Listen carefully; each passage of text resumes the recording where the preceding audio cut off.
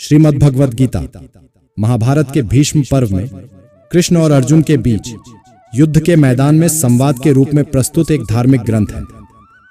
गीता को हिंदू धर्म के सबसे महत्वपूर्ण ग्रंथों में से एक माना जाता है और इसे आध्यात्मिक मार्गदर्शन, जीवन के अर्थ और नैतिकता के बारे में एक मार्गदर्शक के रूप में देखा जाता है।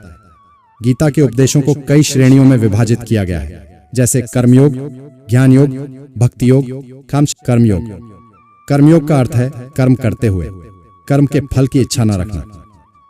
गीता के अनुसार कर्म का फल ईश्वर के हाथ में है और हमें केवल अपने कर्तव्य को निष्ठापूर्वक करना चाहिए।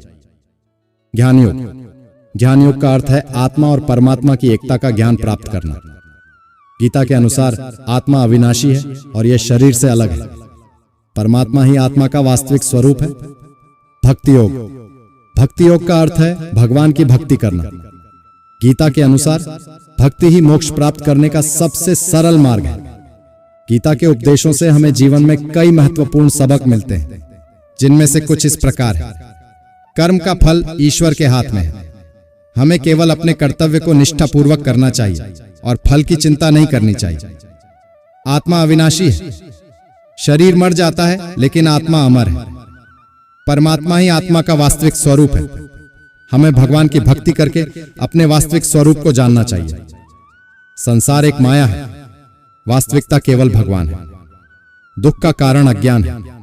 ज्ञान प्राप्त करके हम दुख से मुक्त हो सकते हैं। सभी जीव एक हैं।